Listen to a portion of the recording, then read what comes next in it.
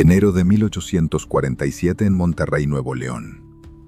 La espesa niebla de la madrugada ocultaba un secreto que la ciudad jamás podría borrar de su memoria. El frío invernal calaba hasta los huesos, pero no era la baja temperatura lo que hizo temblar a los primeros transeúntes que se atrevieron a caminar por las calles de tierra. Aquella mañana, el silencio era absoluto, pesado, casi asfixiante, como si la misma tierra se negara a respirar tras ser testigo de lo impensable. No hubo un estruendo que advirtiera al país, ni un aviso previo que preparara a las familias para la oscuridad que los devoraría sin piedad. Medio centenar de personas simplemente dejaron de existir antes de que el sol lograra asomarse por el cerro de la Silla, desvaneciéndose en las sombras de una madrugada implacable. Y hasta el día de hoy, el eco de aquel trágico suceso sigue resonando, archivado en los expedientes más oscuros y empolvados de la historia nacional. Las sombras de esa noche cobraron un precio altísimo, forzando a decenas de almas a emprender un viaje sin retorno del que nadie quiso hacerse responsable. Si quieres saber cómo los investigadores y las autoridades mexicanas enfrentaron este muro impenetrable de silencio y finalmente revelaron la verdad oculta detrás de este enigma histórico, suscríbete ahora mismo, activa las notificaciones y déjame en los comentarios el nombre del próximo caso que quieres escuchar. El reloj marcaba las primeras horas del 4 de enero. La ciudad de Monterrey, que ya respiraba una atmósfera tensa debido a la ocupación extranjera, amaneció envuelta en una quietud antinatural. Los encargados del orden civil, aquellos que realizaban las rondas matutinas para asegurar que las calles estuvieran transitables, comenzaron su jornada con la pesadez habitual de la época. Sin embargo, el protocolo de rutina se quebró abruptamente cuando un habitante local, con el rostro pálido y la respiración entrecortada, interceptó a la guardia. Sus palabras eran confusas, balbuceos incomprensibles sobre formas que yacían en el suelo de los callejones y en los márgenes de los barrios periféricos. Fue en ese preciso instante cuando la maquinaria de la investigación local, aunque rudimentaria para los estándares modernos, tuvo que ponerse en marcha para documentar el inicio de un enigma que desafiaría toda lógica forense. Al llegar al primer punto señalado, el escenario que se presentó ante las autoridades fue un macabro hallazgo que paralizó a los presentes. En medio del camino, rodeado por la bruma matinal y la escarcha del invierno, se encontraba el primer individuo. La inspección ocular primaria fue rápida pero contundente. Había una ausencia total de signos vitales. El cuerpo inanimado reposaba en una posición que no sugería un enfrentamiento equitativo. Los agentes del orden, con libretas en mano, comenzaron a tomar nota de las condiciones del entorno. La ropa de la víctima, un civil sin afiliación alguna a conflictos formales, presentaba daños estructurales severos causados por el impacto de elementos contundentes y fuerza letal, pero no había evidencias de que hubiera intentado resguardarse. No había marcas de defensa, ni barricadas improvisadas. La persona simplemente había sido interceptada y forzada a la inercia definitiva. Lo que inicialmente pudo haberse catalogado como un incidente aislado, un altercado desafortunado en medio de la noche, rápidamente mutó en la peor de las pesadillas logísticas e investigativas. A medida que la luz del sol comenzaba a disipar la niebla, revelaba un panorama mucho más amplio y desolador. A escasos 20 metros del primer hallazgo, los investigadores tropezaron con un segundo caso idéntico. Y luego un tercero. Al avanzar por las calles empedradas y los caminos de terracería, el patrón se volvió innegable y aterrador. La escena no se limitaba a un solo callejón. Se extendía como una red invisible a través de varias cuadras, involucrando los patios delanteros, las entradas de los domicilios y las plazas públicas. El conteo comenzó a elevarse de manera alarmante. 10, 20, 30. La cifra se aproximaba peligrosamente al medio centenar. El despliegue de las autoridades locales requirió establecer un perímetro imaginario en una ciudad que ya de por sí se sentía prisionera. Los encargados de la recolección de datos y la fijación de la escena se enfrentaron a un reto monumental. Cada nuevo descubrimiento era meticulosamente registrado en el reporte inicial. un documento que poco a poco se iba tiñendo de una gravedad histórica sin precedentes. La inspección detallada del área reveló detalles perturbadores que comenzaron a trazar el perfil del trágico suceso. Las puertas de varias viviendas en las zonas afectadas mostraban daños severos en sus marcos y bisagras, pero la fuerza había sido aplicada sistemáticamente desde el exterior hacia el interior. Era evidente que los residentes no habían salido por su propia voluntad a enfrentarse a las sombras. Habían sido extraídos, arrancados del falso refugio de sus hogares bajo el amparo de la noche. Los especialistas de la época, médicos y autoridades civiles que fungían como investigadores de campo, comenzaron a analizar la victimología. Las características de los afectados no correspondían al perfil de combatientes. Eran ciudadanos comunes, padres de familia, trabajadores, jóvenes que simplemente descansaban antes del amanecer. La recolección de indicios biológicos y materiales en la escena del suceso arrojó una conclusión preliminar que heló la sangre de los responsables del reporte.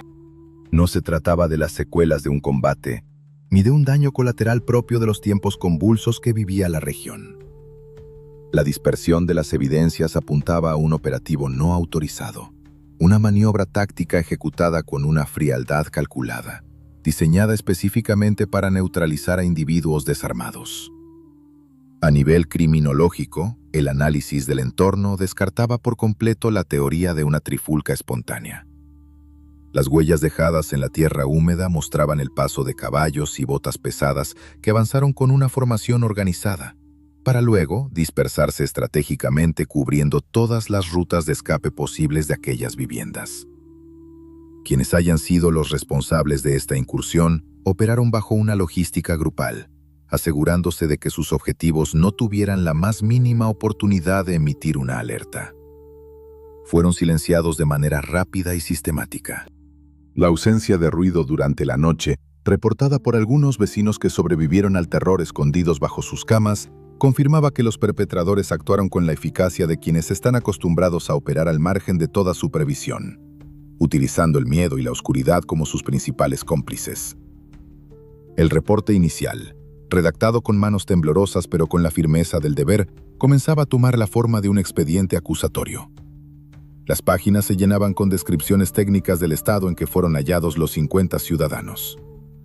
Los documentos oficiales de aquel lunes de enero de 1847 dejaron constancia de un hecho irrefutable. Alguien, o un grupo muy específico de personas, había cruzado una línea invisible, transformando las calles de Monterrey en un escenario de erradicación deliberada. La comunidad estaba sumida en un estado de shock absoluto, y las autoridades locales sabían perfectamente que este macabro hallazgo era apenas la punta del iceberg. La pregunta que flotaba en el ambiente gélido de la ciudad ya no era qué había pasado, sino quiénes eran los fantasmas que habían orquestado semejante suceso bajo las narices de todo un ejército ocupante. El reto para los investigadores civiles era gigantesco. Debían buscar respuestas, levantar testimonios y exigir justicia en un terreno donde la ley parecía haber sido suspendida, enfrentándose a un aparato de poder que muy probablemente intentaría barrer cada pedazo de evidencia bajo la alfombra de la impunidad. La carpeta de investigación estaba abierta y el reloj había comenzado a correr. Para comprender la magnitud del trágico suceso que enlutó las calles de Monterrey aquella madrugada de enero de 1847, los investigadores y analistas históricos tuvieron que retroceder las manecillas del reloj. La recolección de evidencia no podía limitarse únicamente a la inspección ocular de los cuerpos inanimados. Requería un profundo análisis del entorno psicosocial y táctico de los días previos. La ciudad no era un lugar en paz. Se encontraba bajo el yugo de una ocupación extranjera, un escenario donde la tensión se respiraba en cada esquina. Las calles empedradas que antes albergaban el comercio y la vida cotidiana se habían transformado en corredores de vigilancia constante, patrullados por hombres armados que hablaban otro idioma y respondían a una bandera ajena. Desde la perspectiva del perfilamiento criminal y la criminología ambiental, Monterrey era, en todos los sentidos, un polvorín a punto de estallar. La fricción entre los residentes locales y las fuerzas de ocupación generaba una atmósfera de hostilidad contenida. Un ecosistema perfecto para que cualquier chispa desencadenara una reacción en cadena de proporciones incalculables. Los registros oficiales y las bitácoras de la época describen un clima de desconfianza mutua que escalaba con cada puesta de sol. Las autoridades locales, marginadas en su propia jurisdicción, documentaban diariamente los roces, las miradas desafiantes y las provocaciones que surgían de manera espontánea en las plazas y mercados públicos. Sin embargo, existía un equilibrio sumamente frágil, un pacto no escrito de tolerancia obligada que mantenía la situación bajo un control puramente superficial. Para los expertos en psicología de masas y análisis de comportamiento, este tipo de contención prolongada en grupos operativos desplegados lejos de su lugar de origen suele generar niveles críticos de estrés y paranoia. Las tropas extranjeras, compuestas en gran medida por elementos voluntarios con un entrenamiento disciplinario altamente cuestionable, operaban con una percepción completamente distorsionada del peligro, viendo una amenaza latente en cada rostro civil que cruzaba su camino. La maquinaria investigativa señala que este estado mental colectivo fue el caldo de cultivo ideal para lo que estaba a punto de desatarse en las sombras. Solo faltaba un pretexto, una mínima anomalía en la rutina establecida para que la disciplina se fracturara por completo, dejando el paso libre a los instintos más oscuros. El detonante, esa pieza fundamental en el intrincado rompecabezas del expediente investigativo, se materializó de forma abrupta en los últimos días de diciembre y los primeros días de enero. Los reportes de inteligencia y vigilancia de la Fuerza Foránea comenzaron a registrar incidencias alarmantes dentro de sus propias filas. Se documentó meticulosamente la desaparición repentina y, posteriormente, la confirmación de la ausencia de signos vitales de algunos individuos pertenecientes a su contingente. Las circunstancias exactas de estas bajas nunca fueron del todo esclarecidas mediante un proceso legal transparente o una investigación forense rigurosa que determinara a los verdaderos responsables. Algunos informes preliminares sugerían que estos elementos habían sido interceptados en los caminos periféricos o durante altercados clandestinos al amparo de la oscuridad. Desde el punto de vista de la criminología, este hecho aislado actuó como el catalizador definitivo. Para el alto mando representaba una inaceptable falla de seguridad en sus cuadrantes. Pero para la tropa raza, y muy especialmente para los grupos de voluntarios irregulares, fue interpretado de inmediato como una ofensa directa, un desafío a su autoridad que exigía una respuesta táctica contundente y desproporcionada. Es precisamente en este punto donde el perfil psicológico del perpetrador colectivo toma un giro analítico oscuro y fascinante para los investigadores del caso. La pérdida documentada de sus compañeros generó un punto de quiebre psicológico severo. La dinámica de grupo se transformó de manera radical, pasando de ser una fuerza de ocupación con directrices tácticas definidas a convertirse en una entidad impulsada exclusivamente por el resentimiento y una necesidad patológica de represalia. La sociología criminal define claramente este fenómeno como un comportamiento de manada, un estado mental donde la responsabilidad individual y las restricciones morales se diluyen dentro del anonimato del grupo. Esto permite que sujetos que en solitario quizás jamás cruzarían ciertas líneas éticas se sientan validados y respaldados para ejecutar acciones extremas. Las autoridades mexicanas, al someter a escrutinio los limitados testimonios y los movimientos logísticos previos al 4 de enero, concluyeron que los perpetradores utilizaron las bajas de sus colegas no como un incidente para ser canalizado por las vías de la justicia, sino como el pretexto perfecto, la coartada moral indispensable para justificar una operación sistemática contra una población civil desarmada. La meticulosa reconstrucción de los hechos revela que durante las 48 horas previas al macabro hallazgo, se registraron reuniones furtivas, agrupamientos inusuales en los campamentos y una alteración evidente en las bitácoras de patrullaje de ciertos destacamentos específicos. Los oficiales de menor rango, aquellos individuos que ostentaban la responsabilidad directa de mantener la disciplina y el control operativo entre los contingentes voluntarios, aparentemente optaron por mirar hacia otro lado, instalando un infranqueable muro de indiferencia táctica. Esta deliberada falta de supervisión fue un elemento de oportunidad vital para el desarrollo del trágico suceso. Les otorgó a estos individuos el margen de maniobra necesario para planificar su incursión nocturna sin el temor inminente de enfrentar un consejo disciplinario o una reprimenda de sus superiores. Se encontraban diseñando activamente un operativo paralelo, una campaña extraoficial que operaría exclusivamente en las sombras, violando cualquier convención de derechos o protocolo establecido. El análisis de victimología y del entorno confirma que perfilaron deliberadamente los barrios de la periferia, catalogándolos como zonas vulnerables donde la presencia de guardias regulares era nula.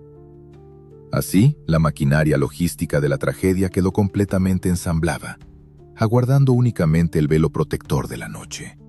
Las evidencias circunstanciales recopiladas más tarde por los investigadores y cronistas locales en Monterrey demostraron fehacientemente que no hubo provocación alguna por parte de los habitantes de aquellos sectores en las horas críticas antes del evento.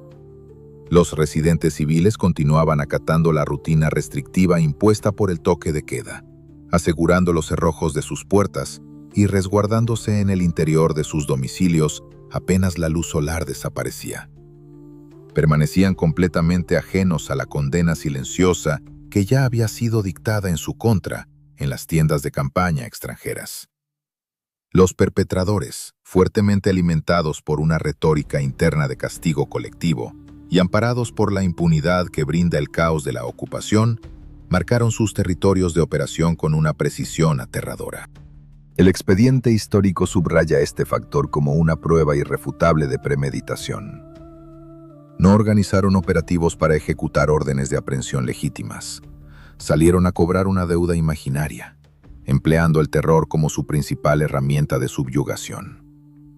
La chispa había hecho contacto final con la pólvora, y la deflagración silenciosa estaba a escasas horas de consumir a medio centenar de almas. Todo el análisis criminológico, la revisión exhaustiva del contexto histórico y la reconstrucción meticulosa de los perfiles apuntan hacia una sola dirección. La madrugada del 4 de enero, los límites de la racionalidad fueron deliberadamente borrados de la cartografía de Nuevo León. Con el detonante anclado en sus mentes y el perímetro asegurado, los artífices de este inminente viaje sin retorno se agruparon en la densa niebla, esperando el momento adecuado para avanzar y silenciar las calles. La medianoche del 4 de enero de 1847 descendió sobre Monterrey no como un manto de descanso, sino como una mortaja fría y pesada. El análisis de la trayectoria táctica, reconstruido meticulosamente años después a través de los escasos testimonios y la evidencia física dejada en la tierra húmeda, revela el avance sigiloso de un contingente no oficial. Eran sombras moviéndose ágilmente entre las sombras. Grupos de hombres embosados, amparados por la espesa neblina invernal, comenzaron a descender desde sus campamentos temporales hacia los cuadrantes más vulnerables y desprotegidos de la periferia regiomontana. No marchaban al unísono con la disciplina característica de un ejército regular, sino con la sincronía depredadora de quienes cazan en manada, guiados por un instinto primitivo y oscuro. El crujir de las botas de cuero sobre el lodo helado y el resoplido contenido de los caballos rompían esporádicamente el silencio sepulcral de las calles empedradas. Cada paso que daban hacia los barrios habitados por civiles desarmados era un paso más profundo hacia la impunidad total. La reconstrucción planimétrica de los hechos demuestra que no hubo improvisación alguna en su ruta. Los agresores eligieron deliberadamente los callejones más estrechos, los puntos ciegos urbanos donde las rondas de vigilancia ordinaria jamás llegarían a tiempo para documentar o frenar su avance. El cerco se cerró con una precisión táctica que hiela la sangre de cualquier investigador moderno al revisar el expediente. Los perpetradores implementaron un perímetro de contención estricto alrededor de las humildes viviendas de adobe, asegurándose de bloquear estratégicamente cualquier posible ruta de escape. Las antorchas, encendidas apenas momentos antes de iniciar la incursión frontal, arrojaban destellos anaranjados y temblorosos que proyectaban figuras monstruosas sobre las fachadas descascaradas por el tiempo. Era una maniobra de intimidación psicológica en su estado más puro, diseñada milimétricamente para paralizar a los ocupantes antes siquiera de que pudieran procesar la magnitud de lo que estaba ocurriendo. Desde la perspectiva del análisis criminal y el perfilamiento de la conducta, este nivel de organización y sigilo nocturno subraya una intencionalidad escalofriante. Las mentes maestras detrás de este despliegue no buscaban interrogar testigos. No buscaban detener a sospechosos para presentarlos ante una corte marcial bajo el debido proceso legal. Buscaban ejecutar un castigo colectivo, rápido, definitivo y exento de toda misericordia. La tensión en el aire era tan densa que casi podía cortarse con un cuchillo. El olor a madera quemada y brea de las antorchas se mezclaba irremediablemente con el aliento gélido de la madrugada, anunciando la inminente y brutal fractura de la paz. Y entonces, el tenso silencio se rompió. No con el estruendo caótico de un enfrentamiento armado, sino con el sonido seco, autoritario y violento de los puños golpeando la madera. Los toques en las puertas no eran llamadas a la autoridad local para dialogar. Eran ultimátums definitivos. Palabras guturales, órdenes gritadas a todo pulmón en un idioma extranjero que retumbaban como sentencias irrevocables en los oídos de las familias aterrorizadas, quienes apenas despertaban de su sueño profundo para encontrarse inmersos en una pesadilla palpable. Las viejas bisagras de hierro cedieron rápidamente bajo el peso abrumador de la fuerza bruta. Las puertas de madera fueron forzadas, arrancadas violentamente de sus marcos, permitiendo que la negrura de la calle invadiera sin piedad la santidad del hogar. La invasión de este espacio seguro constituyó el primer gran impacto letal en la psique de las víctimas. Madres, padres e hijos se encontraron súbitamente rodeados por figuras imponentes, sin rostros distinguibles bajo las amplias sombras que proyectaban sus sombreros de ala ancha.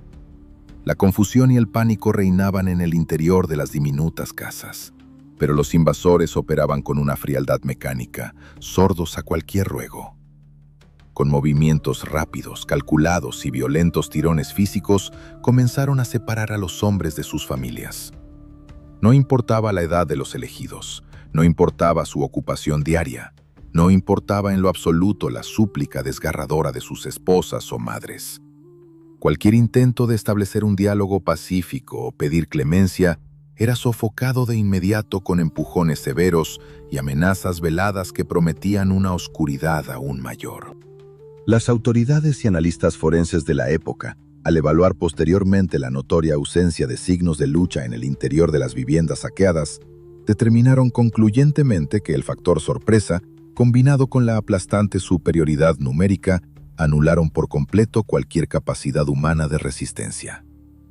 Las víctimas fueron arrastradas hacia la calle empedrada, muchas de ellas descalzas, vistiendo únicamente delgadas ropas de dormir, temblando incontrolablemente a causa del viento congelado y de un terror psicológico indescriptible.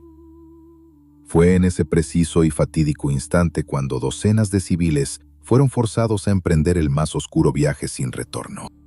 Las familias que quedaron atrás en el interior de los domicilios fueron obligadas a permanecer postradas en el suelo, bajo la estricta y aterradora advertencia de que cualquier intento de salir a la calle o pedir auxilio a las autoridades resultaría en consecuencias terminales e inmediatas para todos los presentes.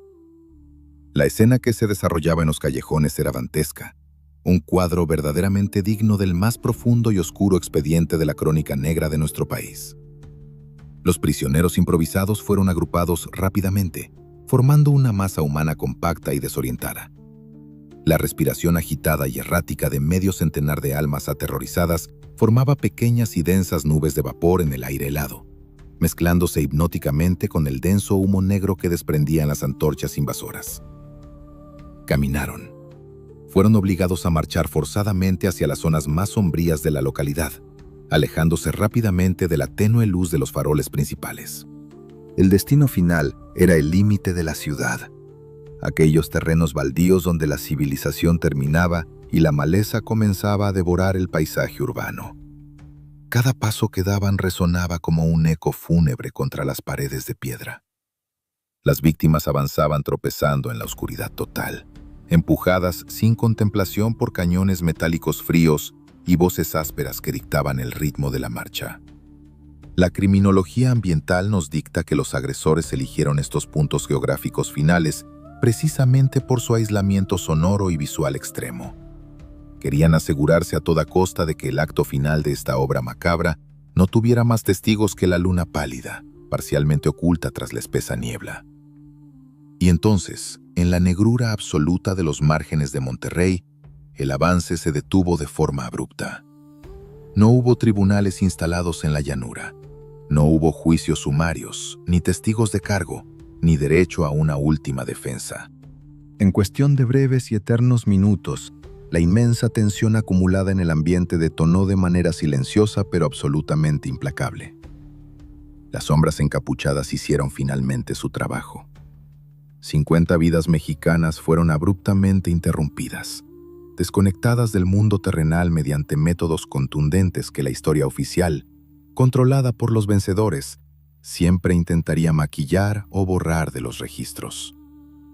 Fueron silenciados sin compasión. La brutalidad extrema del momento no requirió de grandes estruendos que pudieran alertar a las guarniciones militares lejanas.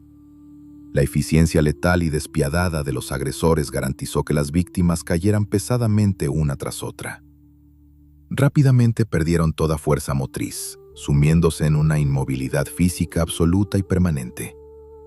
La ausencia de signos vitales se propagó como una plaga silenciosa, rápida y selectiva, sobre la hierba congelada y el lodo espeso de los caminos. Una vez consumado íntegramente el trágico suceso, los perpetradores no se detuvieron a contemplar el horror de su propia obra. Con la misma sincronía depredadora y calculada con la que habían llegado, simplemente se desvanecieron. Dieron media vuelta, montaron sus caballos en un orden sombrío y se disolvieron en la densa niebla mucho antes de que el primer rayo de luz solar amenazara con revelar sus identidades ocultas. Dejaron atrás de sí un silencio todavía más pesado que el que encontraron al llegar. Un silencio antinatural, preñado de desolación.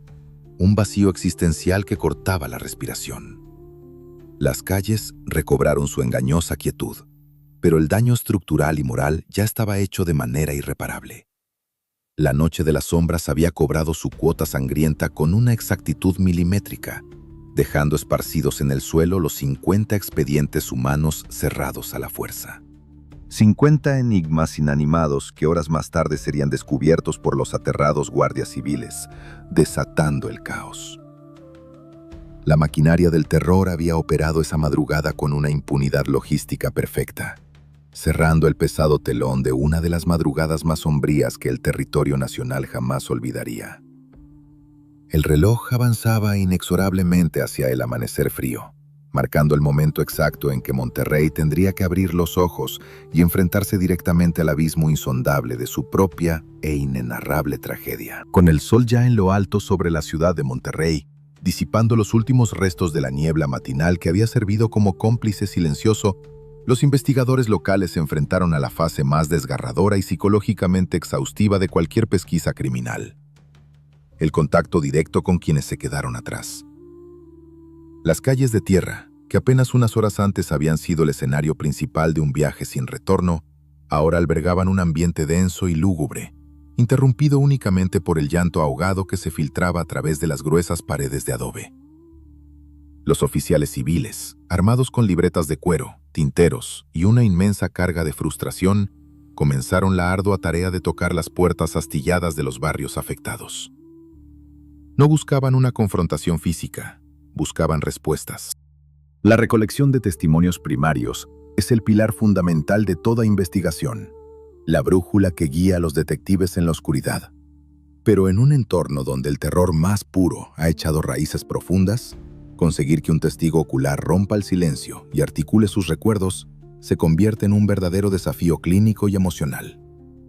Al cruzar los umbrales de las viviendas vulneradas, los encargados de las entrevistas de campo se encontraron con un panorama desolador. Miradas vacías, cuerpos temblorosos y almas completamente fragmentadas por el trauma. Las declaraciones no fluían con la claridad y la cronología de un reporte ordinario. Eran, más bien, susurros entrecortados, fragmentos inconexos de memoria relatados desde los rincones más oscuros y seguros de las habitaciones. Para el analista de comportamiento humano, estas reacciones son el indicador clásico de un shock postraumático agudo. Las mujeres, los ancianos y los menores que lograron sobrevivir ilesos a la incursión nocturna narraron, con voces que apenas lograban quebrar el silencio, la violenta irrupción en las sombras. Describieron meticulosamente la violencia mecánica empleada contra la estructura de sus hogares, el sonido ensordecedor de la madera cediendo ante la fuerza bruta, y el instante preciso en que el falso refugio de sus casas fue profanado por la presencia de lo desconocido. En medio de la confusión y el llanto, los investigadores lograron extraer de los sobrevivientes detalles verdaderamente valiosos para la criminología del caso. Un patrón claro comenzó a emerger de las múltiples declaraciones cruzadas. Los testigos confirmaron de manera unánime el rasgo más delator de los perpetradores: el idioma y el acento. No hablaban como los residentes locales, ni utilizaban la jerga propia de la región. Las órdenes guturales, los gritos de intimidación y las instrucciones logísticas que marcaron el destino final de medio centenar de habitantes pertenecían inconfundiblemente a los ocupantes foráneos. Las viudas y los vecinos que lograron atisbar a través de las rendijas de sus ventanas describieron con precisión la indumentaria de los agresores en la penumbra. No portaban los uniformes impolutos y estandarizados de la infantería regular, sino prendas irregulares, pesados sombreros de ala ancha, abrigos de lona y botas rústicas. Este perfil correspondía de manera exacta a la apariencia de los grupos de voluntarios irregulares, aquellos elementos que rondaban la ciudad con una actitud arrogante y desafiante durante el día. Cada palabra anotada minuciosamente en las bitácoras oficiales de la ciudad reforzaba la hipótesis de una operación punitiva, premeditada y calculada al milímetro. La evidencia testimonial era simplemente abrumadora, conformando un expediente preliminar que apuntaba como una flecha en llamas directamente hacia los campamentos extranjeros ubicados en los límites de la zona urbana.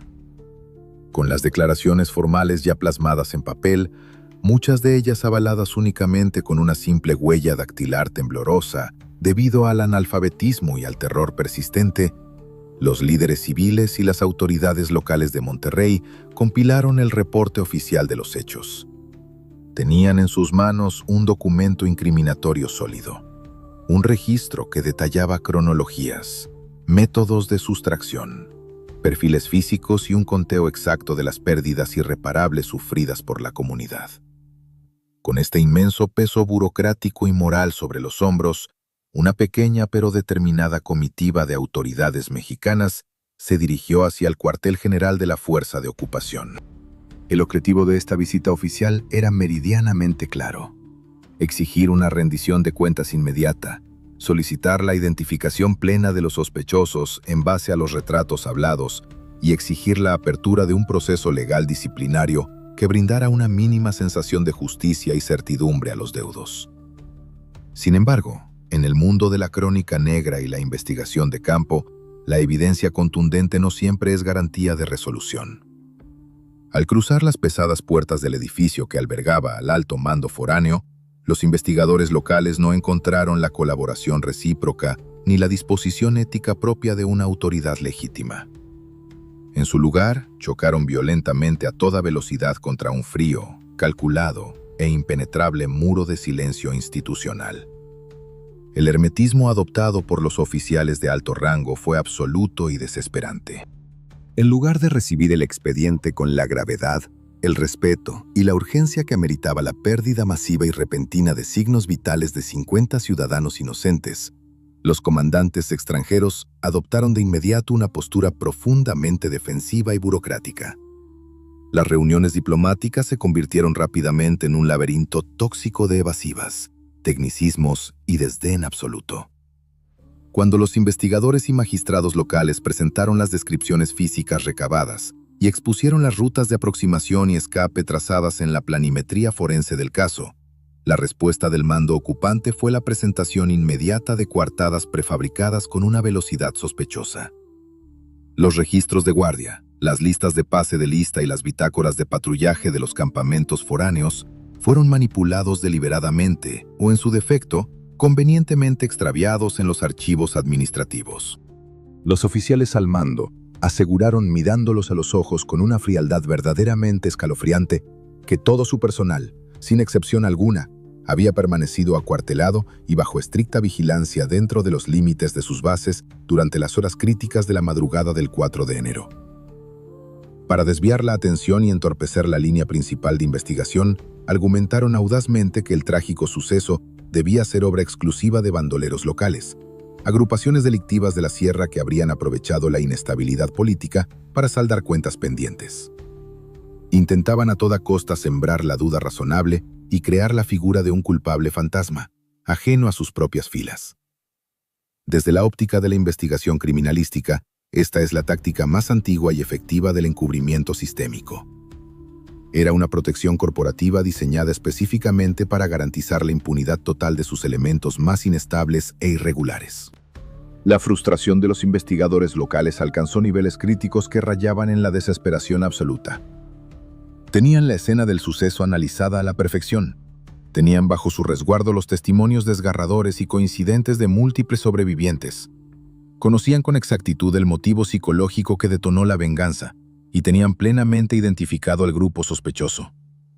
Y sin embargo, se dieron cuenta de la manera más dolorosa posible de que todo su aparato metodológico, judicial y técnico carecía de valor fáctico ante la aplastante realidad de un poder armado que no rendía cuentas a nadie. La ley civil, escrita con tinta sobre papel en las oficinas de Monterrey, no tenía la capacidad cinética ni la fuerza para perforar la densa armadura de una estructura de mando que, de forma deliberada, se negaba en rotundo a someter a escrutinio a los suyos. El expediente, rebosante de verdades incómodas y dolor latente, comenzaba a encontrar su destino en la sombra de la inacción administrativa. Bloqueado burocráticamente antes siquiera de tener la más mínima oportunidad de llegar a los estrados de un tribunal imparcial. Era la confirmación palpable y amarga de una sospecha aterradora para cualquier investigador. Cuando el sistema encargado de administrar la justicia es el mismo que esconde las piezas del rompecabezas, descubrir la verdad se convierte en una condena silenciosa. El caso había sido silenciado institucionalmente, pero en la mente de los investigadores, perfilar a estos demonios invisibles se volvió una obsesión personal. Para los analistas de la conducta humana, los expertos en criminología y los historiadores que, décadas después del evento, se atrevieron a abrir este expediente clasificado, la tarea más fascinante y a la vez más perturbadora no era simplemente recopilar una lista de nombres o trazar una cronología superficial de los hechos. El verdadero abismo investigativo, aquel que eriza la piel y hiela la sangre, residía en la meticulosa elaboración del perfil psicológico de los perpetradores. ¿Quiénes eran realmente aquellos espectros que, cobijados por la densa impunidad de la noche neoleonesa, decidieron erigirse intempestivamente como jueces y verdugos de medio centenar de almas inocentes? En la ciencia forense moderna y la criminología analítica, cuando un grupo de individuos ejecuta un acto de privación masiva de la libertad con un desenlace letal tan asimétrico, la prioridad es aislar el patrón de comportamiento. No estamos hablando de soldados de línea regulares que simplemente acataban una directriz táctica emitida por un tribunal militar superior. Estamos analizando detalladamente la anatomía mental de un escuadrón irregular. Una entidad operativamente parasitaria, incrustada dentro del propio aparato de ocupación, que se movía y respiraba bajo sus propias y retorcidas reglas de convivencia. Elaborar el retrato hablado y el perfil psicológico de esta agrupación implicó sumergirse sin equipo de rescate en las aguas más turbias y oscuras de la psique humana, explorando esos rincones inhóspitos donde el sentimiento de poder absoluto se encuentra cara a cara con la ausencia total de consecuencias legales y morales. Los desgastados registros históricos, cruzados con los apuntes testimoniales de la época, nos permiten aislar y poner bajo la lupa a un grupo muy específico dentro del inmenso engranaje foráneo: las fuerzas voluntarias irregulares. A diferencia de la infantería tradicional, que estaba permanentemente sometida a una rígida disciplina castrense y a un código de conducta bélica estandarizado, estos individuos poseían una naturaleza intrínseca completamente distinta. El perfilamiento sociológico nos indica que muchos de ellos provenían de territorios fronterizos sumamente hostiles. Eran hombres endurecidos por un entorno implacable que habían forjado su carácter y su moral en la violencia cotidiana. Al cabalgar hacia las calles empedradas de Monterrey, no lo hicieron con la mentalidad estructurada de un ejército profesional que busca asegurar pacíficamente una plaza estratégica. llegaron con la actitud altanera de conquistadores absolutos, poseedores de un desprecio visceral e injustificado hacia los habitantes originarios.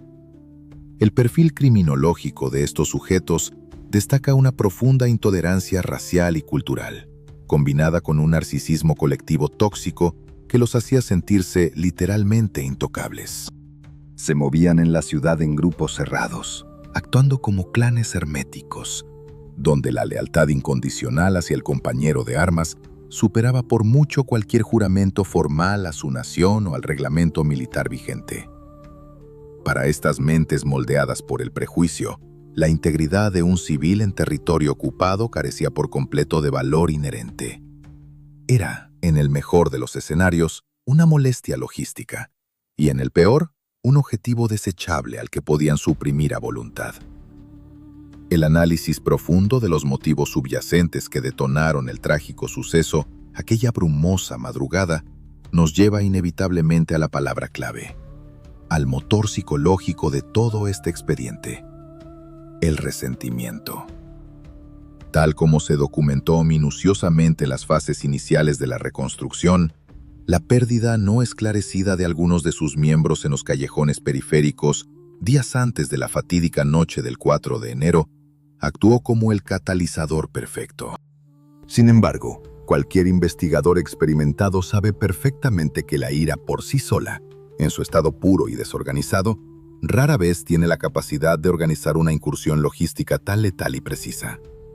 Lo que verdaderamente impulsó a este grupo de sombras fue un deseo patológico e incontrolable de ejecutar una venganza desproporcionada, de enviar un mensaje de terror puro que paralizara a la ciudad entera. Al perfilar su modus operandi con detenimiento, se observa que no invirtieron un solo minuto en buscar a los verdaderos responsables de las bajas en sus filas. No existió un trabajo previo de inteligencia militar, ni labores de rastreo, ni interrogatorios a posibles sospechosos. La lógica criminal y distorsionada de este destacamento irregular dictaba una premisa aterradora. Cualquier individuo ajeno a su estricto círculo era, por defecto, culpable por simple asociación geográfica. Este desplazamiento masivo de la culpa constituye un mecanismo psicológico de defensa clásico en las agrupaciones extremistas. Al verse frustrados por su incapacidad para golpear al enemigo invisible, decidieron descargar todo el peso de su brutalidad sobre el eslabón más débil, pacífico y expuesto. La población civil desarmada se convirtió repentinamente en el lienzo en blanco donde pintarían su macabra y definitiva advertencia. Adentrándonos aún más en la oscura dinámica de la agresión colectiva, los expertos en psicología de masas describen este comportamiento específico como el temido efecto de manada, manifestado en su expresión más destructiva y letal. En el momento exacto en que estos hombres embosados cruzaron los límites físicos de sus campamentos y se internaron furtivamente en los callejones envueltos en la espesa niebla regiomontana, experimentaron una transformación mental profunda y casi irreversible. La responsabilidad moral individual se disolvió por completo, diluyéndose dentro de la abrumadora voluntad y la adrenalina del grupo. Un individuo que, estando a solas y sobrio, tal vez habría dudado severamente antes de destrozar a golpes la puerta de una familia indefensa, encontró en la silenciosa presencia de sus compañeros armados la validación absoluta de sus instintos más primarios. El denso anonimato que les proporcionaba la oscuridad invernal, sumado a una aplastante superioridad numérica y física, creó un estado de euforia sádica que anuló cualquier rastro de empatía. Durante esas interminables horas críticas, cruzaron un umbral sin retorno. Dejaron de ser simples voluntarios irregulares para mutar en una maquinaria fría, sincronizada e imparable de erradicación humana. El silencio protocolario con el que ejecutaron el desalojo forzado de las viviendas de adobe y la frialdad sepulcral con la que condujeron a sus 50 objetivos hacia aquel abismo oscuro en las afueras denotan una desensibilización absoluta. Sus retinas no registraban a seres humanos suplicando desesperadamente por sobrevivir. Sus cerebros procesaban únicamente siluetas, obstáculos inanimados que debían ser eliminados. Pero este denso perfilamiento de uno de los episodios más oscuros de nuestra crónica histórica no estaría completo sin abordar el papel fundamental que jugó la cadena de mando. En cualquier estructura militar o policial mínimamente jerárquica, una movilización logística de semejante magnitud simplemente no puede pasar desapercibida. Decenas de hombres fuertemente equipados, abandonando furtivamente sus posiciones asignadas. Caballos siendo ensillados en plena madrugada y el posterior retorno masivo a las bases horas después, constituyen anomalías operativas que cualquier oficial de guardia reportaría de inmediato. La investigación documental retrospectiva y el análisis del comportamiento organizacional apuntan directamente hacia una omisión deliberada, sistemática y cómplice por parte de los más altos mandos. Aquí es precisamente donde el perfil del perpetrador colectivo se bifurca de manera espeluznante. Por un lado, tenemos a los ejecutores materiales en las calles, envalentonados e indisciplinados, y por el otro, a los elegantes autores intelectuales por omisión sentados en sus oficinas. Aquellos líderes de impecable uniforme que decidieron apagar los faroles, cerrar las cortinas y mirar hacia otro lado. Esta negligencia gélida y calculada representa, en estrictos términos investigativos, la forma más elevada e imperdonable de complicidad pasiva. Al negarse a imponer arrestos, al ocultar deliberadamente las bitácoras y al fabricar activamente sólidas coartadas de papel para blindar a los suyos frente a las autoridades locales, la jerarquía oficial validó institucionalmente el trágico suceso. Se erigieron como los arquitectos burocráticos de un encubrimiento masivo, sellando para siempre 50 expedientes humanos con la impunidad absoluta. El sombrío perfilamiento psicológico de aquellos jinetes nocturnos nos revela una radiografía nítida y aterradora de la frágil condición humana cuando es súbitamente despojada de sus frenos morales e institucionales. Aquellos sujetos operaron a sus anchas en un peligroso vacío legal, un agujero negro donde la brújula de la justicia había sido intencionalmente destruida por el aplastante contexto de la ocupación territorial. No actuaron bajo el influjo del pánico irracional, ni cometieron excesos en medio del caótico calor de un enfrentamiento armado directo. Actuaron con la premeditación helada y calculadora del depredador alfa que acorrala minuciosamente a su presa cautiva. Este riguroso análisis de comportamiento elaborado por los investigadores históricos nos asesta una lección profunda y sumamente perturbadora que trasciende las épocas. Los responsables directos e indirectos de aquella noche gélida en Monterrey no eran entidades demoníacas ni monstruos de ficción. Eran hombres alarmantemente comunes que, al verse dotados de un poder inabarcable y cobijados por la enorme sombra protectora de una autoridad complaciente, llegaron a la retorcida conclusión de que ostentaban el derecho de apagar la luz vital de medio centenar de personas. Con la psique y el modus operandi de estos individuos claramente delineados, el imperativo siguiente para los escasos hombres de ley que aún buscaban aferrarse a la verdad sería abandonar los papeles y retornar al polvo. Debían regresar al epicentro del silencio, a la tierra pisoteada y manchada de la periferia, para realizar una inspección ocular profunda que obligaría a los fríos indicios físicos a contar la historia de aquellos que ya no podían pronunciar palabra alguna. Cuando el eco de los lamentos comenzó a perderse en la inmensidad del paisaje neoleonés y la abrumadora realidad del trágico suceso se asentó sobre los hombros de la ciudad, los rudimentarios pero tenaces investigadores locales comprendieron que debían silenciar sus propias emociones. Para hacer frente a la inquebrantable maquinaria de encubrimiento orquestada por la fuerza de ocupación, las lágrimas y las súplicas carecían de peso legal. Se necesitaba ciencia, observación metódica y un registro físico innegable. Así, la investigación entró en su fase más clínica, gélida y reveladora. La inspección ocular del entorno y el análisis forense de la escena. Las calles periféricas de Monterrey, que apenas horas antes habían servido como el sombrío escenario de un viaje sin retorno para medio centenar de almas, fueron acordonadas imaginariamente por las autoridades civiles. Los peritos de la época, armados únicamente con cintas métricas, libretas de apuntes y una agudeza visual forjada en la desesperación, se dispusieron a interrogar a los únicos testigos que no podían ser intimidados ni silenciados por las amenazas de los altos mandos foráneos. los indicios materiales esparcidos sobre el lodo y la piedra. El primer paso en la reconstrucción de la mecánica de los hechos consistió en leer el suelo. La geografía de los barrios afectados, compuesta por caminos de terracería y calles a medio empedrar, se había transformado, gracias a la humedad y la escarcha invernal de aquella madrugada, en un lienzo perfecto que preservaba el caótico pero organizado paso de los perpetradores. Los investigadores documentaron minuciosamente las huellas dejadas en la tierra blanda. No encontraron las marcas erráticas y desorganizadas que caracterizan a una turba o a un grupo de bandoleros locales en estado de pánico, tal como argumentaba la falsa narrativa oficial. Por el contrario, la planimetría del lugar reveló un patrón de herraduras de gran tamaño, correspondientes a caballos de montura pesada que no eran nativos de la región, avanzando en formaciones paralelas. Junto a ellas, las marcas profundas de botas de confección foránea delataban una táctica de avance y cobertura. La profundidad de estas impresiones en el lodo indicaba no solo el peso del equipo táctico que portaban, sino la deliberada lentitud con la que cerraron el cerco alrededor de las viviendas. Los rastros confirmaban matemáticamente que los agresores tomaron posiciones estratégicas en las intersecciones, bloqueando cualquier ángulo de fuga antes de iniciar la extracción de sus víctimas.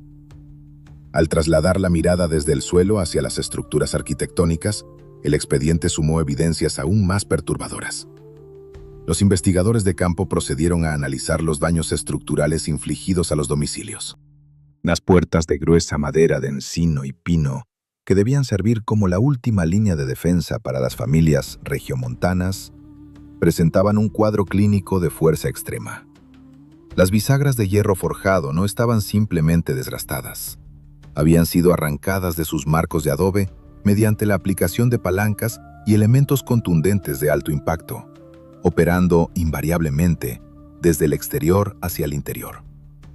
Esta simple pero contundente observación física destruía la premisa de un altercado mutuo. Las víctimas no salieron a confrontar a sus verdugos. Fueron vulneradas en sus espacios de máxima seguridad. Además, los peritos documentaron cicatrices profundas en las paredes exteriores e interiores de las viviendas. Mediante un análisis primitivo pero exacto de los ángulos de impacto dejados por el uso de fuerza letal, lograron trazar trayectorias lineales que evidenciaban disparos de advertencia realizados a la altura del techo o directamente contra los cerrojos. La geometría del terror estaba ahí, plasmada en el yeso y la piedra, demostrando una invasión coreografiada que buscaba la parálisis psicológica absoluta de los residentes. Sin embargo, el punto de quiebre definitivo de la investigación, el hallazgo forense que heló la sangre de los médicos locales y que dotó al expediente de un peso acusatorio ineludible, provino del análisis directo de los afectados.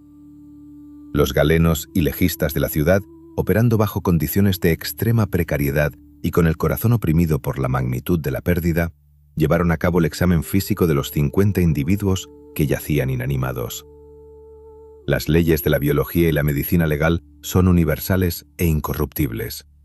En cualquier escenario donde ocurre un enfrentamiento legítimo, una trifulca lecantina o una resistencia armada, los cuerpos de los involucrados invariablemente presentan lo que la ciencia forense denomina heridas defensivas.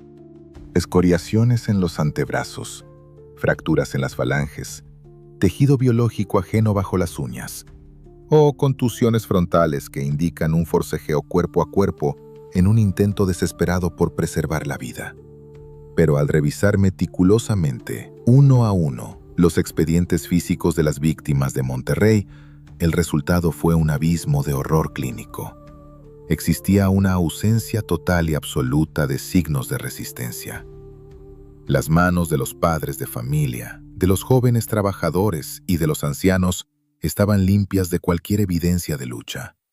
Sus ropas, rasgadas únicamente por la atracción de haber sido arrastrados fuera de sus camas, no mostraban el desgaste propio de un combate. Las trayectorias de los impactos terminales que causaron el cese definitivo de sus funciones vitales contaban una historia de sumisión forzada. La abrumadora mayoría de las lesiones letales se encontraban en ángulos descendentes o posteriores, indicando que las víctimas se encontraban en una posición de inferioridad física extrema. probablemente postradas de rodillas, de espaldas a sus captores o inmovilizadas contra el suelo irregular de los baldíos. No hubo un cruce de palabras, no hubo una pelea callejera que se saliera de control. Los galenos documentaron con pulso firme y rotundo que el medio centenar de habitantes fue sometido a una neutralización unilateral, sistemática y ejecutada a muy corta distancia. La integración de todos estos elementos físicos dentro de la carpeta de investigación local generó un documento de proporciones históricas insoslayables. El reporte de la inspección ocular funcionó como un martillo de hierro forjado que hizo añicos la frágil e insultante coartada presentada por el alto mando de la fuerza ocupante. Los generales extranjeros habían intentado archivar el caso, etiquetándolo cínicamente como el resultado lamentable de un choque incidental entre patrullas regulares y supuestos insurgentes civiles armados.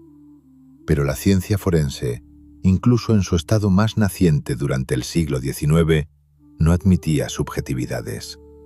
Es físicamente imposible que 50 supuestos combatientes pierdan la vida en un enfrentamiento dinámico sin infligir un solo rasguño a sus adversarios, sin dejar caer una sola arma en la escena del suceso y sin presentar el más mínimo rasgo de defensa personal en sus extremidades.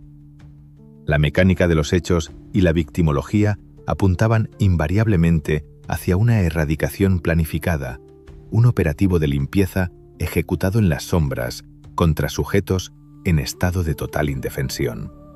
Los investigadores mexicanos, parados en medio de la desolación de los llanos periféricos, sosteniendo aquellos reportes manchados por la humedad y la tragedia, comprendieron la monumental gravedad de su descubrimiento. Habían logrado decodificar el enigma.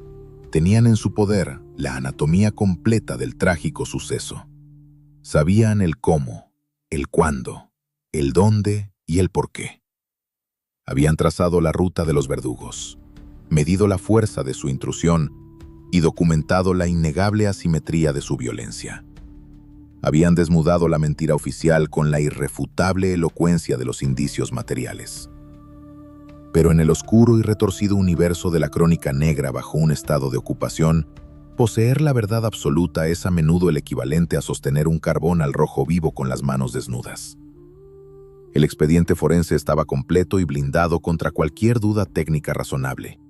Ahora, el verdadero y aterrador desafío consistía en tomar ese legajo de pruebas irrefutables y llevarlo directamente a las entrañas de la bestia burocrática. El campo forense debía ceder su lugar a los fríos despachos de madera fina, dando inicio a una confrontación donde las leyes, la diplomacia y la ética se enfrentarían en una batalla desigual contra el cinismo y la impunidad armada. El escenario estaba preparado para el choque legal definitivo. El lodo gélido y las calles marcadas por la tragedia en la periferia de Monterrey cedieron finalmente su lugar a un escenario de confrontación completamente distinto, pero igualmente despiadado. La investigación forense y planimétrica había concluido en el campo abierto, transformando las lágrimas, los susurros aterrorizados y la contundencia de los daños estructurales en un arma de papel y tinta. Las autoridades de Nuevo León, encabezadas por el gobernador y los magistrados locales que aún conservaban un atisbo de autoridad moral frente a la implacable ocupación, se dieron a la monumental tarea de compilar cada uno de los hallazgos en lo que se convertiría en el expediente oficial más doloroso de su historia. Ya no se trataba de buscar pistas sueltas en la oscuridad, sino de iluminar la verdad de manera ineludible en los fríos pasillos de la burocracia extranjera. Este legajo no era simplemente un reporte administrativo de daños colaterales. Era un compendio irrefutable que detallaba la privación sistemática de la libertad y el posterior viaje sin retorno de medio centenar de ciudadanos.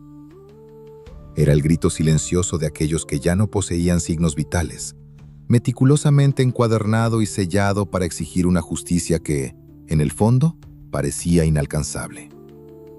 La integración de este documento maestro representó una verdadera hazaña del análisis criminológico temprano y de la voluntad humana. En sus tensas páginas se detallaban con precisión quirúrgica las trayectorias tácticas de los agresores, la total y documentada ausencia de heridas defensivas en las víctimas, y la victimología que demostraba sin lugar a dudas que los afectados eran civiles desarmados, completamente ajenos a cualquier tipo de confrontación legítima. Se incluyeron celosamente los testimonios jurados que señalaban el uso de uniformes irregulares y dialectos foráneos, así como el perfil psicológico de la manada que operó con tanta impunidad aquella fatídica noche del 4 de enero. Con este pesado arsenal probatorio bajo el brazo, la comitiva mexicana solicitó una audiencia directa con la cúpula militar de la fuerza ocupante. El ambiente en aquella sala de reuniones estaba cargado de una tensión diplomática tan espesa que casi dificultaba la respiración de los presentes. Era el clásico enfrentamiento del David jurídico contra el Goliat armado. Los investigadores locales, con la dignidad intacta pero plenamente conscientes de su extrema vulnerabilidad táctica, depositaron el robusto expediente sobre el lustroso escritorio del alto mando. Exigían formalmente la apertura de un proceso imparcial, la identificación plena de los voluntarios irregulares involucrados y la aplicación de una medida disciplinaria ejemplar que restaurara, aunque fuera mínimamente, el tejido social que había sido severamente fracturado en la madrugada. Sin embargo, en el retorcido ajedrez de la crónica negra y el poder desmedido, la evidencia física rara vez es suficiente cuando el magistrado es al mismo tiempo el comandante supremo de los propios sospechosos. La recepción del reporte oficial por parte de los generales extranjeros fue una gélida clase magistral de cinismo diplomático y desdén institucional extremo. No hubo sobresaltos evidentes al leer las crudas descripciones clínicas de los afectados.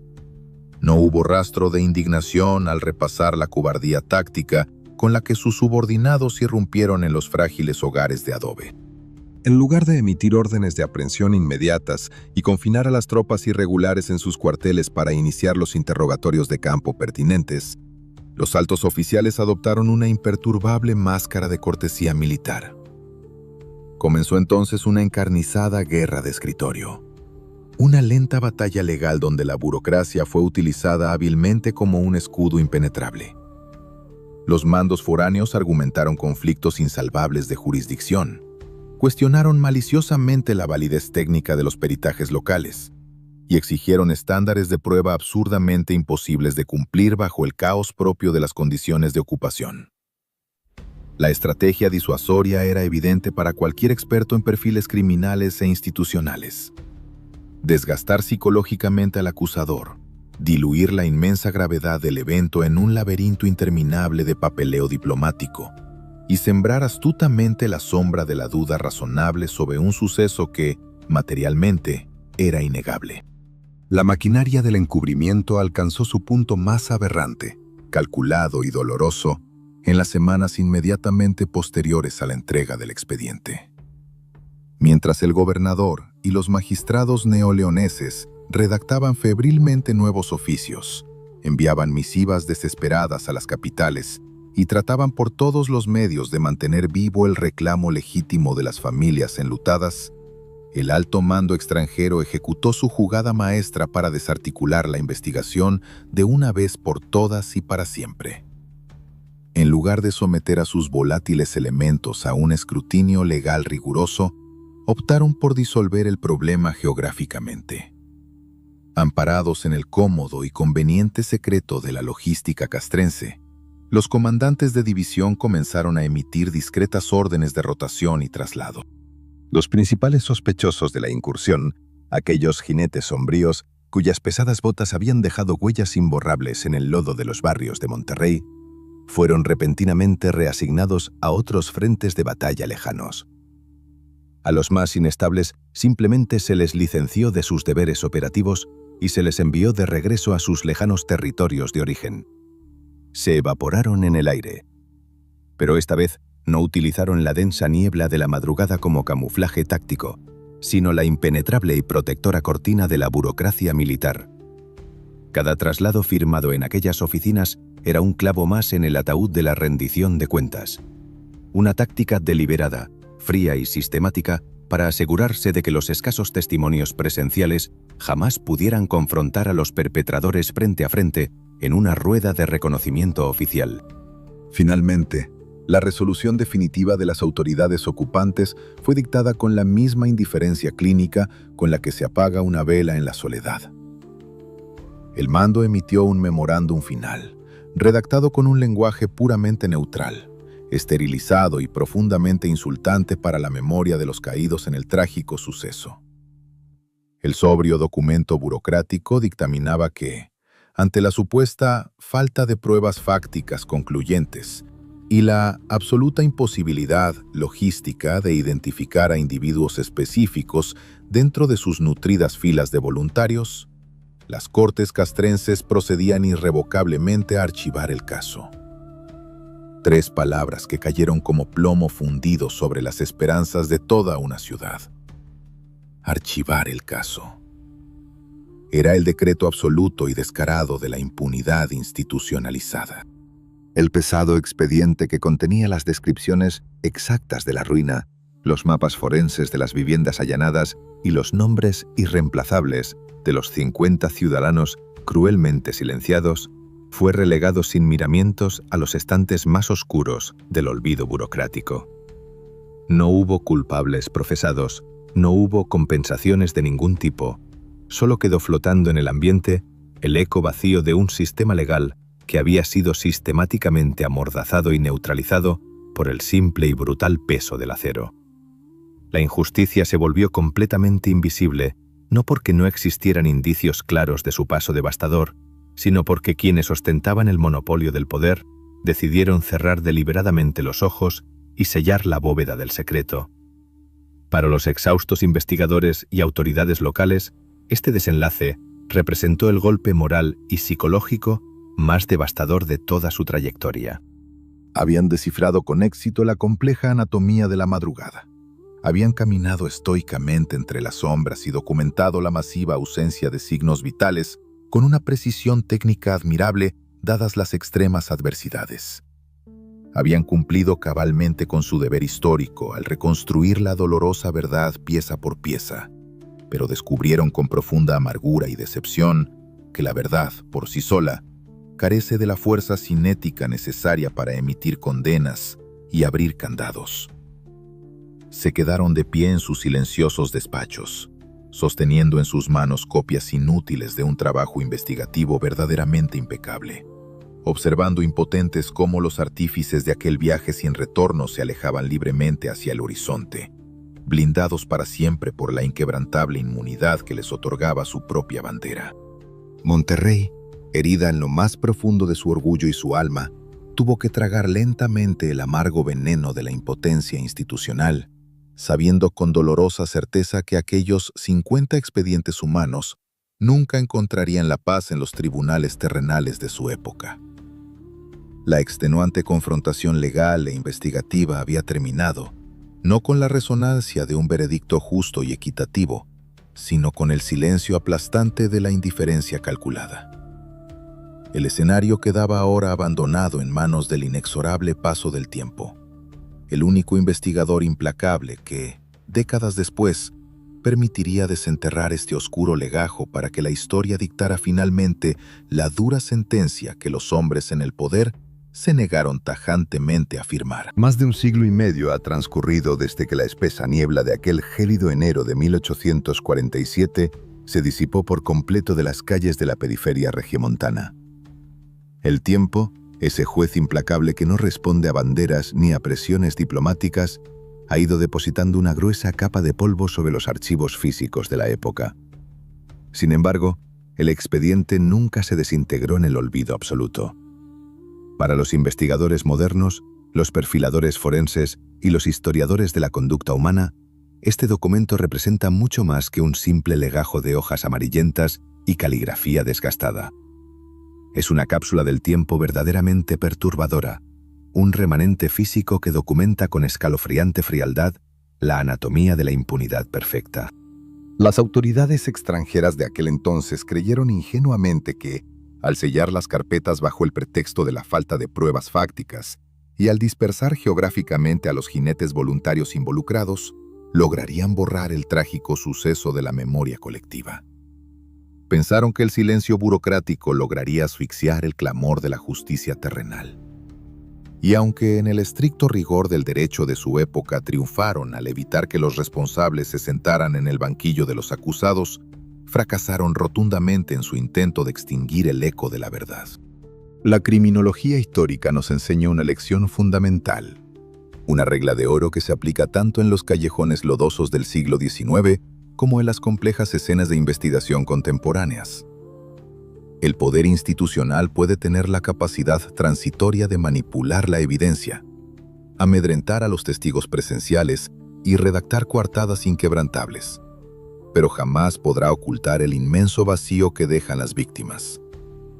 La ausencia repentina y masiva de signos vitales de medio centenar de personas no es un detalle menor que pueda ser archivado sin consecuencias. Aquella madrugada de enero no solo se fracturaron las puertas de madera y adobe de las viviendas humildes, se rompió irremediablemente el pacto básico de la civilización. El análisis retrospectivo de este frío expediente demuestra cómo un sistema de mando toleró, mediante su inacción deliberada, que un grupo de hombres embosados se transformara en una maquinaria depredadora. Estos voluntarios irregulares, amparados en el anonimato de la oscuridad y envalentonados por la pasividad cómplice de sus superiores, operaron bajo un espejismo psicológico de superioridad absoluta. Fueron ejecutores efímeros de una obra dantesca, creyendo que el lodo limpiaría sus huellas y que el amanecer justificaría su brutalidad sistemática. Hoy en día, al desglosar el perfil criminológico de estos perpetradores invisibles, nos enfrentamos a la peor de las pesadillas de cualquier investigador del comportamiento humano. Los artífices de aquel viaje sin regreso no eran entes sobrenaturales, ni individuos de perfil incomprensible. Eran sujetos ordinarios que sucumbieron ante la intoxicación del poder absoluto. El verdadero terror de la crónica negra no radica únicamente en la ejecución del acto perverso, sino en la aterradora facilidad con la que seres humanos aparentemente normales pueden cruzar la línea de la racionalidad cuando el entorno les garantiza que no habrá represalias penales. La historia forense ha estudiado este fenómeno hasta el cansancio. Cuando se retira la amenaza del castigo y se reemplaza por el resentimiento grupal ciego, el instinto de aniquilación florece sin restricciones. Los jinetes que obligaron a 50 almas a caminar hacia la penumbra periférica se marcharon de Monterrey llevándose consigo el secreto de sus identidades exactas, pero dejaron plasmado para la posteridad un oscuro manual sobre cómo la negligencia jerárquica es el terreno más fértil para sembrar la atrocidad. Pero en el núcleo palpitante de este gélido recuento histórico, más allá de la frustración por la justicia denegada y del análisis clínico de los verdugos, es imperativo detenernos a honrar la memoria de los verdaderos protagonistas de este expediente. 50 vidas, medio centenar de proyectos, familias y rutinas que fueron arrancadas de tajo, borradas del mapa terrenal en cuestión de horas. Las libretas de los médicos y magistrados mexicanos que inspeccionaron el escenario no solo registraron trayectorias de daño estructural o ausencia de heridas defensivas, registraron el fin absoluto de genealogías enteras. Estas víctimas no deben ser reducidas a simples estadísticas dentro de un reporte de daños colaterales, ni a notas al pie de página en los densos tomos de la ocupación foránea. Se convirtieron, sin buscarlo ni desearlo, en el símbolo supremo de los rincones más oscuros e indefensos de nuestra historia. Fueron silenciados de manera implacable aquella noche, es cierto, pero el peso de su ausencia obligó a los historiadores y a las mentes analíticas a escarbar entre las sombras hasta sacar a la luz el modus operandi de sus agresores. Cada detalle técnico recabado en aquel entonces es hoy un tributo silente a su memoria. Si uno camina hoy por las zonas periféricas de la actual ciudad de Monterrey, es casi imposible reconocer el escenario original. El progreso urbano ha sepultado los antiguos caminos bajo gruesas capas de asfalto. El lodo que alguna vez albergó las huellas de los caballos ha desaparecido bajo el peso de la modernidad. Las rudimentarias viviendas han sido reemplazadas por edificaciones modernas y zonas residenciales vibrantes. Sin embargo, para aquellos que conocen la anatomía de este sombrío expediente criminal, el eco de los eventos pasados sigue latente. Existe una memoria espacial y emocional que el concreto jamás logrará asfixiar. En las madrugadas invernales, cuando la temperatura desciende drásticamente y una niebla espesa vuelve a coronar el perfil del Cerro de la Silla, resulta inevitable sentir un escalofrío al recordar la trayectoria táctica de aquellos fantasmas a caballo. La ciudad respira, avanza y florece, pero en sus cimientos más profundos guarda el luto perpetuo de 50 expedientes humanos que fueron abruptamente clausurados por la fuerza bruta y el encubrimiento burocrático. El cierre definitivo de esta carpeta de investigación nos obliga a reflexionar sobre la fragilidad de nuestras instituciones frente al peso aplastante del caos. La justicia legal y procesal fue inalcanzable en el turbulento y sombrío entorno de 1847. Pero la condena histórica es firme, perpetua y absolutamente inquebrantable. Los responsables eludieron a las cortes, evitaron el escrutinio de los magistrados locales y se escondieron exitosamente detrás de traslados estratégicos y memorándums clasificados. Pero no pudieron esconderse del meticuloso análisis retrospectivo que hoy expone sus actos a la luz del escrutinio moral. Sus nombres exactos quizás permanezcan diluidos y protegidos por las sombras del anonimato histórico. Pero su perfil, su cobardía táctica y su desprecio por la humanidad están nítidamente dibujados y enmarcados en los pasillos de la Crónica Negra de México. El trágico suceso de Nuevo León se erige hoy no como una derrota del sistema investigativo, que hizo todo lo que estuvo en sus manos frente a un muro infranqueable, sino como un poderoso recordatorio de que la verdad tiene una paciencia infinita. Si llegaste hasta el final de este oscuro recorrido por los laberintos de la impunidad y quieres seguir descubriendo cómo los analistas e investigadores han desenmascarado los enigmas más aterradores de nuestra historia, suscríbete ahora mismo a este canal, activa la campanita de notificaciones para no perderte ningún expediente y déjame en los comentarios el nombre del próximo caso de nuestra crónica criminal que quieres escuchar. Las sombras de la madrugada siempre tienen algo más que contar.